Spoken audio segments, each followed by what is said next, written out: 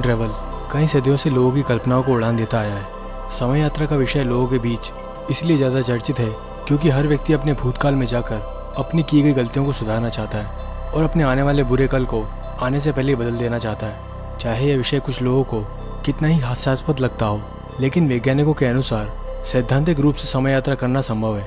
हम इसकी वैज्ञानिक जटिलता की गहराई में नहीं जाएंगे, लेकिन अगर वर्म होल्स का अस्तित्व है, जैसा कि आइंस्टाइन ने 1935 में अपनी थ्योरी में बताया था कि दो वर्म होल्स जो टाइम और स्पेस में एक दूसरे से काफ़ी दूरी पर हो, उनके छोर को आपस में कनेक्ट करके एक ब्रिज बनाया जा सकता है और इन्हीं वर्म होल्स को टाइम मशीन की तरह इस्तेमाल करके समय यात्रा की जा सकती है। हालांकि आज तक किसी भी वर्म होल की खोज नहीं हो सकी है, लेकिन फिर भी कई लोगों ने दावा किया है कि वो दूसरे समयकाल में जाकर दोबारा लौट आए हैं। कई टाइम ट्रैवल एक्सपर्ट ने इन घटनाओं को टाइम स्लिप का नाम दिया है, जिसमें कई बार इंसान भूतकाल या भविष्य की झलक देखकर लौट आता है। हालांकि उनका ये भी कहना है कि कुछ लोग इन टाइम ट्रैप में कैसे फंस जाते हैं और ये समय जाल कैसे बनते हैं, इसका आज तक कोई क्लू नहीं मिला है। आज हम बात करेंगे उन ऐसे ही लोगों की जो किसी न किसी तरीके से इन टाइम स्लिप का अनुभव कर चुके हैं या दावा करते हैं कि वो समय यात्री हैं। क्या हो अगर कोई व्यक्ति भविष्य से हमारे वर्तमान में पहुंच जाए और इंटरनेट पर लोगों के सवालों का जवाब देने लगे कि आने वाला भविष्य दुनिया के लिए कैसा होगा। सन 2000 में ऐसा ही कुछ हुआ। एक अनजान शख्स जो अपना नाम जॉन टाइटर बताता है, उसने दावा किया कि वो एक सोल्जर है और वो सन 2036 से आया है। उसने ये भी बताया कि किस तरह आने वाले टाइम में दुनिया का अंत होने वाला है। सुनने में ये इंसिडेंट हॉलीवुड की ब्लॉकबस्टर मूवी टर्मिनेटर की कहानी लगती है, जिसे 1984 में डायरेक्टर जेम्स कैमरॉन ने डायरेक्ट किया था। इसमें भी एक फ्यूचरिस्टिक सोल्जर वर्तमान में एक मिशन पर आता है जिससे वो भविष्य में होने वाली बर्बादी को बचा सके।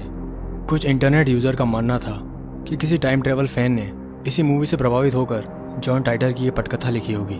इस पूरे सिनेरियो की शुरुआत होती है 29 जुलाई 1998 से, जब एक ओवरनाइट टॉक शो के होस्ट आर्ट बेल को किसी अनजान शख्स द्वारा दो फैक्स मिले, जिसे आर्ट बेल ने ऑन एयर भी कर दिया था और उसमें लिखा था, मिस्टर बेल, मैं आपको एक्सप्लेन करता हूँ। मैंने आपको 29 जुलाई 1998 को एक फैक्स भेजा है। जैसा कि मैंने कहा, मैं एक समय यात्री हूँ। मैं दुनिया की समय परिधि में इस साल के अप्रैल महीने से रह रहा हूँ और बहुत ही जल्द मैं दोबारा अपने समयकाल में वापस जाने वाला हूँ। वैसे तो समय यात्री का उस दुनिया की परिधि पर कोई प्रभाव नहीं पड़ता है, लेकिन फिर भी मेरा मिशन कुछ ज़्यादा ही लंबा हो गया।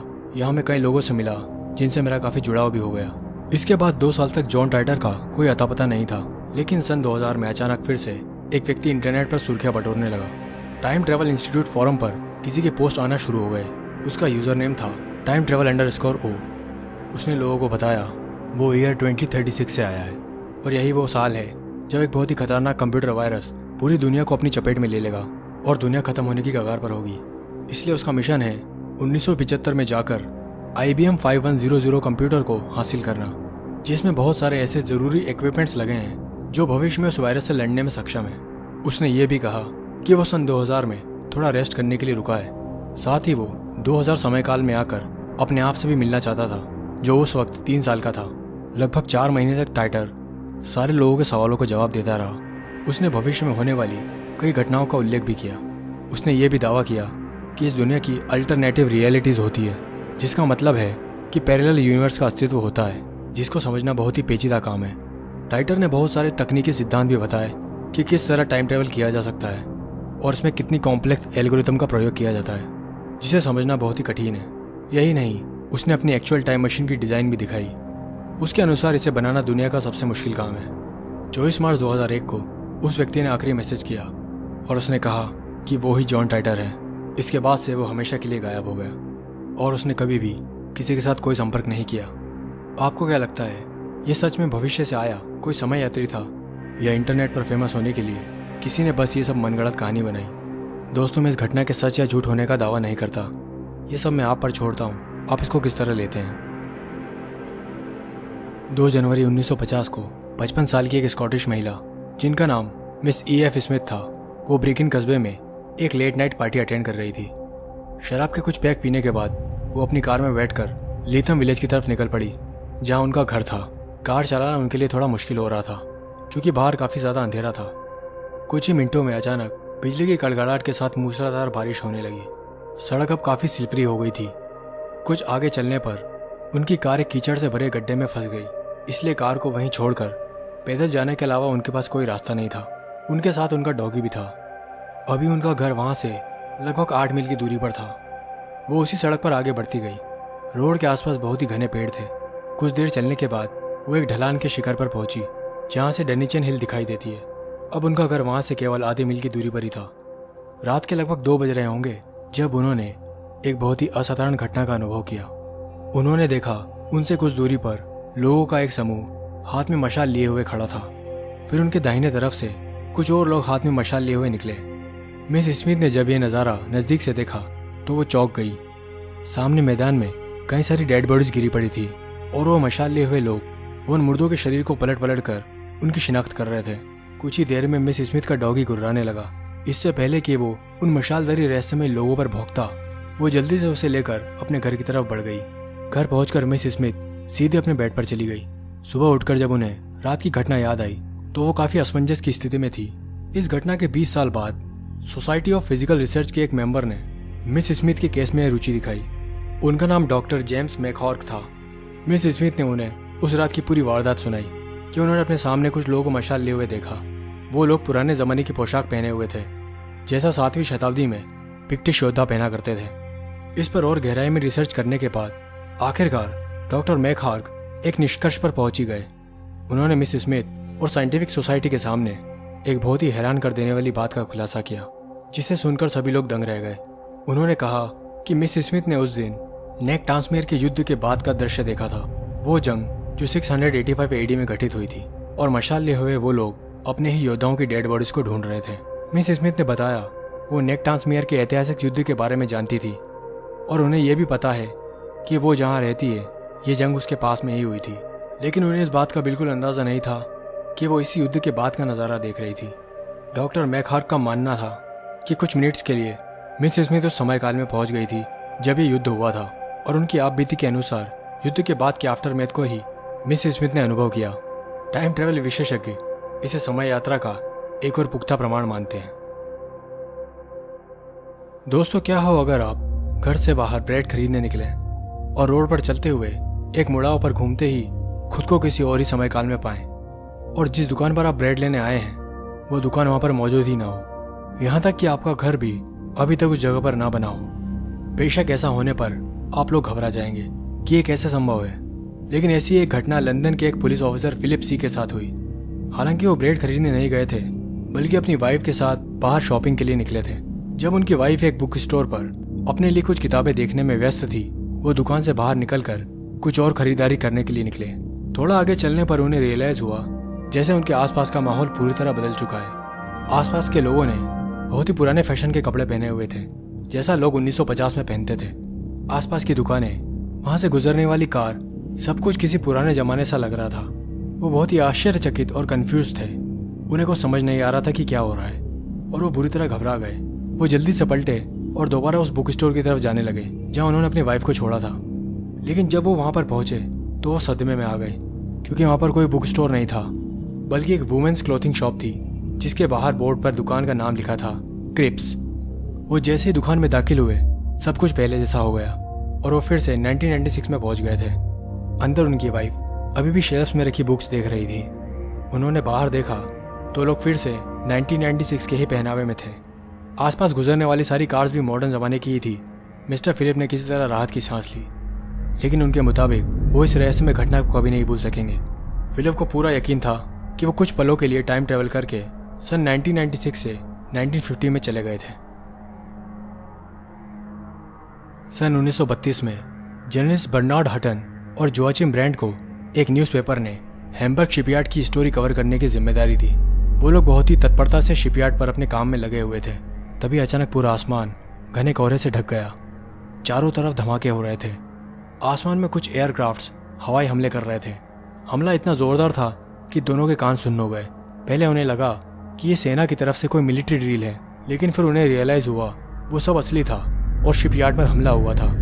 दोनों किसी तरह से अपनी कार में बैठे और बहुत ही स्पीड में वहाँ से निकल भागे। कुछ मिनट्स में जब उन्होंने वो एरिया पार किया, सब कुछ फिर से सामान्य हो गया। आसमान पूरा खाली था और चारों तरफ शांति थी। ऐसा लगा जैसे कुछ हुआ ही नहीं। उन्हें पता था कोई उनकी बात का विश्वास नहीं करेगा, इसलिए उन्होंने उस घटना के कई सारे पिक्चर्स क्लिक किए थे। लेकिन बदकिस्मती से जब कैमरा की रील धुलकर आई तो उसमें सब कुछ सामान्य था। इससे वो काफ़ी निराश हुए। उनका कहना था उस घटना के समय वो पूरे होशो आवाज़ में थे और ये सब उनकी आंखों के सामने घटित हुआ। हालांकि उस वक्त उनके पास इस बात का कोई सबूत नहीं था। न्यूज़पेपर के एडिटर ने भी अखबार में इस वाक़ये को छापने से मना कर दिया। कई साल बीत गए और लोग भी इस बात को भूल गए। 11 साल बाद सन 1943 में जब सुबह सुबह हटन अपने लंदन के अपार्टमेंट में ब्रेकफास्ट कर रहे थे, उन्होंने अखबार के फ्रंट पेज पर एक न्यूज़ देखी जिसमें छपा था कि ब्रिटिश रॉयल एयरफोर्स ने गोमोरो नाम से एक ऑपरेशन चलाया जिसमें हम्बर्ग शिपयार्ड पूरी तरह तहस नहस हो गया। जब उन्होंने अखबार में छपी फोटो को देखा तो वो दंग रह गए। 11 साल पहले का दृश्य दोबारा उनकी आंखों के सामने मंडराने लगा। ये वही घटना थी जो हटन ने 11 साल पहले ही देख ली थी और उनका विश्वास किसी ने नहीं किया था। तो क्या सच में वो दोनों जर्नलिस्ट किसी टाइम लूप में फंस गए थे? क्या उन्होंने भविष्य में होने वाली घटना को पहले ही देख लिया था या ये सब केवल एक इत्तेफाक था? होटल टाइम स्लिप की यह घटना बहुत ही रोचक है। यह घटना अक्टूबर 1979 की है। दो British couple Geoff and Pauline Simpson और उनके दोस्त लैन एंड सिंथिया गिस्बी उत्तरी फ्रांस की तरफ छुट्टियां मनाने जा रहे थे। वो लोग 1 अक्टूबर को डोवर से निकले थे। उनका प्लान फ्रांस घूमते हुए स्पेन की ओर जाना था। 2 दिन तक ड्राइव करने के बाद वो लोग काफ़ी थक चुके थे और आराम करने के लिए फ्रेंच टाउन मोल्टेलिमर के आसपास ही ठिकाना ढूंढ रहे थे। तभी उन्होंने एक बिल्डिंग के पास कार रोकी जो एक मोटेल की तरह दिख रहा था, लेकिन वहाँ खड़े एक आदमी ने उन्हें आगे जाने को कहा कि आगे सड़क के मुड़ाव पर एक होटल है जहाँ वो रुक सकते हैं। वो आगे बढ़े। ये रास्ता थोड़ा पथरीला और सकरा था। चलते चलते उन्होंने अपनी दाएं तरफ देखा। एक बड़ा सा पुराने ज़माने का सर्कस का बोर्ड वहाँ लगा था। कुछ दूर चलने पर उन्हें 2 बिल्डिंग्स दिखी। उनमें से एक पुलिस स्टेशन था और दूसरा एक इमारत जो काफ़ी पुराने ज़माने की लग रही थी जिस पर होटल लिखा था। उन्होंने उस इमारत के सामने कार रोक ली। वो होटल के अंदर दाखिल हुए और उन्होंने रूम बुक किया। होटल के ओनर को इंग्लिश लैंग्वेज नहीं आती थी। वो उनसे इशारे में बात कर रहा था। अंदर घूम रहे लोगों की वेशभूषा 18वीं सदी की लग रही थी। एक औरत जिसने झोलेदार ड्रेस पहनी हुई थी, उसे देखकर वो लोग काफ़ी हैरान थे। उनके रूम भी बहुत आउटडेटेड थे। अंदर लकड़ी की खिड़कियां और दरवाजे थे और कहीं भी कोई ग्लास नहीं लगा हुआ था। अंदर टेलीफोन की भी कोई सुविधा नहीं थी। काफ़ी थके होने की वजह से उन्हें वहाँ रुकने में कोई एतराज़ नहीं था। एक लंबी नींद लेने के बाद उन्होंने सुबह अपना ब्रेकफास्ट किया और होटल के ओनर को मात्र 19 फ्रांसिस चुकाए। जाने से पहले उन्होंने देखा तो पुलिस वाले अंदर होटल में दाखिल हुए। उनकी यूनिफॉर्म भी काफ़ी पुराने फैशन की थी। उन पुलिस वालों ने अपनी यूनिफॉर्म के ऊपर एक कैप यानी दुशाला पहना हुआ था। अब वो वहाँ से एविग्नॉन की तरफ निकल पड़े।